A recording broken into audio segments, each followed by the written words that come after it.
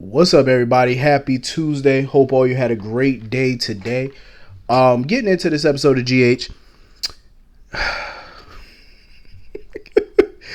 Jocelyn is really getting on my damn nerves. Like, she really is. Like, her coming up into the restaurant when she saw that the guy, the big carving knife dude, I think his name is Carlos. She came up in there trying to lie, talking about, oh, I think I left my jacket here and stuff. I want to go look for it. So the guy was like, nah, I'm not going to let you, look around the restaurant for it. She going to sit there, oh, I don't think Sonny would be happy about the fact that you were rude to me. Ma'am, first of all, with the way you've been talking and treating Sonny these last few months, I'm surprised Sonny hasn't ordered her death yet. I'm surprised that he hasn't, ordered a hit out. You know what I mean? Like, I'm pretty sure if Carlos tells Sonny, oh, I was rude to your former stepdaughter, I'm pretty sure Sonny would probably get that man a raise and tell him to be more rude.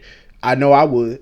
Like, I'm just saying, don't sit there and try. See, that's what I be talking about. They always like to bring up Sonny. Oh, Sonny wouldn't be happy about that. Yeah, when it benefits you, when it suits you, that's when you like to bring up Sonny in a nice way or a decent way. When it suits your little need. You know what I mean? I'm glad he shut her down. He was like, no, get the hell out. You're not looking around here. So, of course, she went, found Michael or whatever, and they both went to the restaurant to gang up on him or whatever. And Dante, of course, not Dante, Michael, throwing around little threats or whatever. Oh, I could call my brother, the police detective, Dante. Go ahead and call him. Because he basically tried to tell Carlos, oh, if Dante finds Dex here, Sonny just going to throw you under the bus and claim he don't know what's going on and stuff. So, they, started searching around. He let Jocelyn search around or whatever, and she found Dex because Dex was in that freezer shivering. Like, he was up in there just shaking like a stripper. Singing to himself or whatever just to keep himself awake and stuff like that. I kind of felt bad for Dex. I said, damn. Somebody get that man a coat and some warm cup of coffee. A hot cup of coffee. You know what I mean? That man was up in there shivering, just shaking like a hoe in church. So Jocelyn brings him back to the restaurant and stuff like that. And of course, Sonny pops in and here go Michael. Hey, Dad, look what we found. First of all, Michael, you don't even like Sonny. You're not even cool with him right now. You hate the ground he walks on, so you can stop calling him Dad. I'm just saying, like, this whole hatred of Sonny thing just don't make sense to me. Because it would only make sense if he was still mad at him about AJ's death. That's the only way it would make sense. This other stuff is like, alright, it's whack.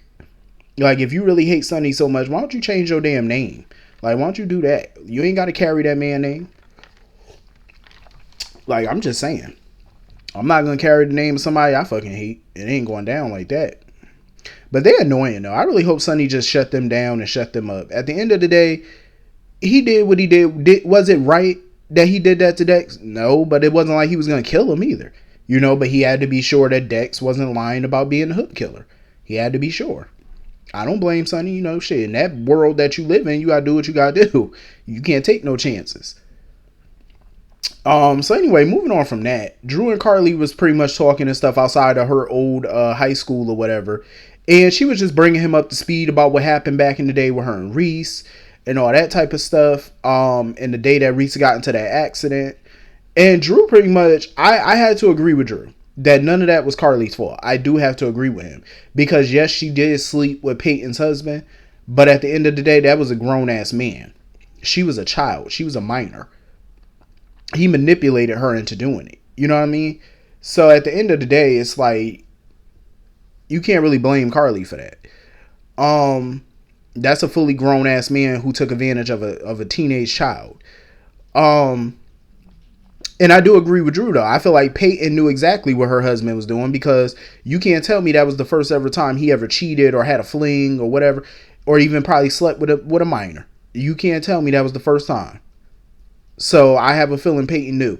And I agree with Drew on that because I feel like she was trying to protect her image. She was trying to protect the money. She was trying to protect the legacy, pretty much. And that's not even just rich women. I feel like some women in general and some people in general, like man, woman, whatever, I feel like they know when their spouse is stepping out. 9 times out of 10, you know. You know. You may not know it at that very moment, but in the back of your mind, you know. In your subconscious, you know something ain't right. When you see something different about them, when they acting funny, when they moving funny, you know. Come on now. That woman knew what her devil ass husband was doing. So I don't blame Carly, for finally realizing that this really wasn't her fault. And it's not. You were a damn kid during that time. I'm loving this storyline for Carly. Them taking it back to basics with her. I know some people might not like it, but I'm just speaking for me and giving my opinion. For me, I like it because I feel like this is a self-discovery journey for her. You know what I mean? Like this is taking her back to basics and going back to who she was. You know what I'm saying? Showing where she came from to where she is now. You know what I mean? Like I like it. I love that she's in her own little world here. She's in her own storyline. Everything else is going on in Port Charles and she's here. So I mess with it. So anyway, moving on from that, Valentine made a surprising offer to Michael. He wants Michael to pretty much help run ELQ. Like he wants him to step in, help run the company on a full-time basis and stuff like that, because Valentine was like, I got several other outside projects that need my focus. My guess is the Victor stuff is what he's primarily focusing on. Michael is still considering it, but he know Ned is not going to be happy about it. But Valentine was like, listen, I'll deal with Ned. I just need you to do this. I was surprised by it. I was like, Valentine must really be desperate to hand some of the responsibilities or acting responsibilities to Michael, because I'm guessing he's going to want him in an acting CEO capacity, I'm guessing. And that's a pretty bold move, to make that kind of move. You know what I mean? Like, that's... I mean, the last thing I want to see is Michael ass back in the driver's seat at ELQ. That's the last... That's the last thing I want to see, because I'm so tired of his little smug ass. Like, I'm just beyond sick and tired of it. So anyway, moving on from that. Victor and his shenanigans. So basically, Victor demanded that Nikolas divorce Ava. And Nikolas was like, hell no. Victor said, listen, divorce her. You need to let this marriage go. I'll make sure Ava get a nice settlement. And Nikolas had to remind Victor, like, listen, I don't take orders from you. I do not take bark like a dog orders from you.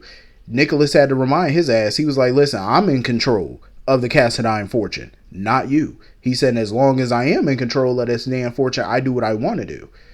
And he felt like Ava was getting closer to forgiving him and moving back into the mansion. Victor wasn't, so hopeful about that. He was like, yeah, that's not going to happen. So Valentine popped up, and Valentine got the damn confession. He read out the confession that Nikolas made to Ava about Esme and stuff like that. He read that shit. I was like, oh damn, how you find that? Say you done fucked around and found the confession? I said, oh hell no. Victor was not playing with Nikolas. Victor was like, listen, I'll make sure Ava get a good divorce settlement, but you will be divorcing her. Because Valentine pretty much laid it out for Nikolas. He was like, listen, we could make your ass disappear. You could disappear just like Esme. And then once you're gone, Spencer will inherit the fortune and we can control him. So Nikolas knew they wasn't playing no games. He was like, fine, I'll divorce Ava then. It ain't like you got much choice, because they look like they ain't playing with you. They dead serious. Either you divorce her or they make your ass disappear and then they control your son and they get control of the fortune anyway. So you ain't got much choice there, Nikolas. I kind of loved how Victor and Valentine teamed up to put Nikolas in his place, even though I feel like Valentine is just playing a part at this point. But I loved it because Nikolas has been a smug little bastard, and I'm glad that he finally getting his, his due. So somebody was sitting there recording that whole exchange wearing all black and a hoodie. They turn their ass around and look who it is, fucking Esme. I'm like, of course.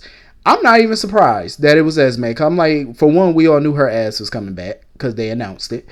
And furthermore, it's been in the back of my mind that she was going to come back because I already knew her ass wasn't dead. If you ain't find the body, she ain't gone. So I knew she was coming back at some point. And she got all that shit on tape too. She recording all that. I said, oh shit. Esme about to raise some hell right about now, because ain't no telling what she gonna do with that little recording that she got. I'm like, who you gonna show that to? Ooh, I said, y'all Cassadines better get it together and take her ass out, because she about to take some of y'all out. You better get her.